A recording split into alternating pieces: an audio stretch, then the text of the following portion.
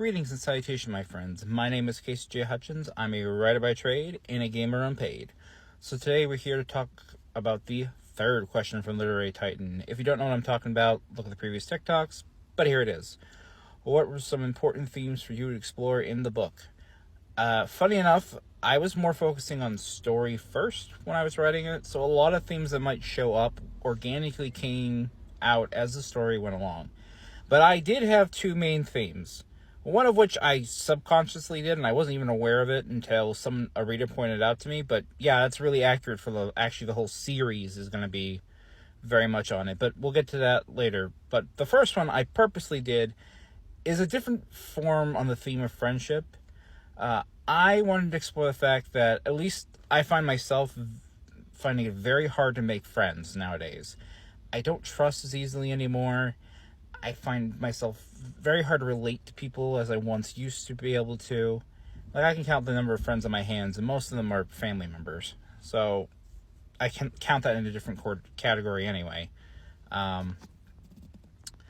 So, yeah, I wanted to explore that and give that relatability that other people might have, and show that slow opening of the heart to be able to let other people in and form those kind of bonds and friendships again. Recognizing it as though it might feel like a vulnerability, it could prove to be strength as well.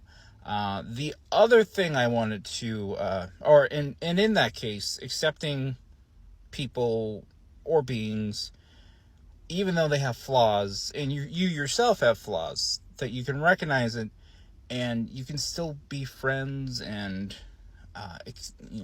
move forward and accept people.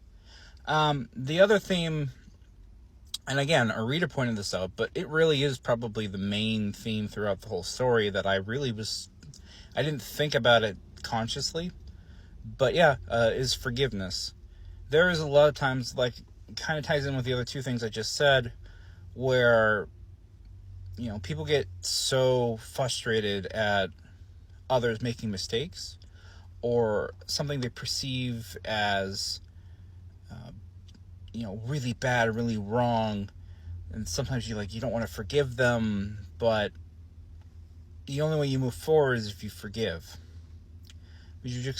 Someone will just get bitter and bitter over something that's said and done.